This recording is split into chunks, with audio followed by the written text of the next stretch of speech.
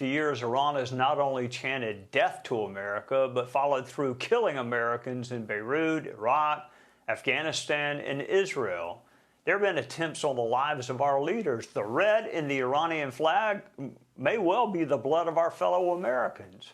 Do we want to live another 50 years with a constant threat? Do we want Iran to bide its time waiting for an American president who will acquiesce?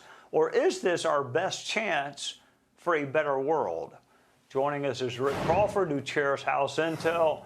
Welcome, Mr. Chairman. Let's first define for our viewers what success in Iran looks like. What is a successful outcome in Iran? Well, I think you have to look at militarily, obviously, as the complete degradation of their ability to produce ballistic missiles, nuclear fissionable material, their ability to enrich, and their ability to make war. If you can do those things, that's a pretty big deal. Now, then there's a political construct here, because what we know are the mullahs that, the supreme leader that run the country currently, that doesn't comport with what they think are acceptable terms. And then we have, this ideological bent that basically, as you mentioned in the top of your comments there, they've been the largest state sponsor of terror since 1984, as designated by the UN. This is what they do. You can't take them at their word. You could make a deal. It's not a trust but verify scenario. This is pretty dicey. So I think what it looks like is we need to make sure that we are comfortable with the complete degradation of their ability to make war in any context. All right, Chairman. So tell us what you're going to be looking for in the days and weeks to come. I mean, in other words, what now? Iran wants to charge a toll. President Trump says we're going to impose a blockade. The two really don't go together unless you can make it all make sense. What are you looking for? Well, this is not the Panama Canal. So what we have is a natural body of water here. This is not the exclusive domain of Iran. In fact, Oman and the Emirates, I believe, would have at least as much of a claim as Iran does. And, understanding international law, they've got a 12-mile claim off of their coast. This is a 21-mile at its most narrow point. It's 21 miles between Oman and Iran. Why they think that they have an exclusive sovereign claim to the Strait of Hormuz, I don't know, but they can't use it to cash flow their ability to make war on the region and to engage in funding proxies for the purpose of inflicting terrorist attacks across the world, and particularly at American targets, Israeli targets, and others in the region.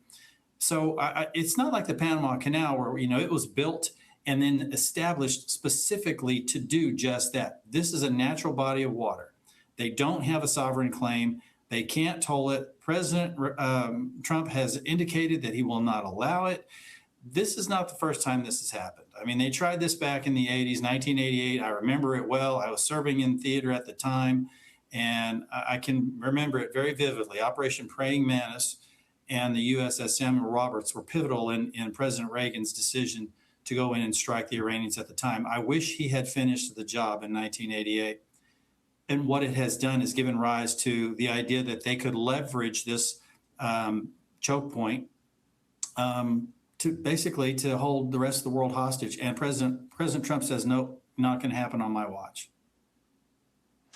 All right, Chairman, you chair the Committee of Jurisdiction. I would never ask you something you couldn't answer, and I know you wouldn't answer it, but does our intelligence assess generally that the Iranian people want new leaders? Do they want a different kind of government and country? And if so, how can the people compete with a heavily armed Iranian military?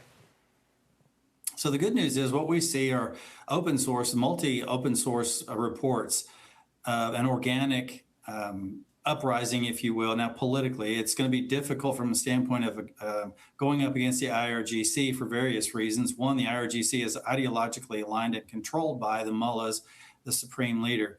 The other thing is that we got to be careful, because that culture in Iran has largely been sort of viewed as this monolithic group of people. That's not necessarily true. So yes, you have a large contingency of Shiites, but Iran is Persian. It's very diverse ethnically and religiously. And so there are other people in the country besides a bunch of radical Shiites. And those people are the ones that are looking for new leadership. And that's a significant number. This is a large country, pretty densely populated, particularly in the capital region and a few other cities. And so I think folks have made the mistake of thinking that Iran was all in one accord, that they were all Shiites, and that they all had this adoration for the supreme leader. That's not the case. We're seeing multiple open source channels reporting that now, that they would basically like to see regime change. To the extent that we can facilitate that, I'd love to see it happen. Chairman, thank you for joining us, and especially thank you for your service to our country. I think you used to disable bombs in uniform for us. That's probably good preparation for Congress. Thank you for your service on both fronts.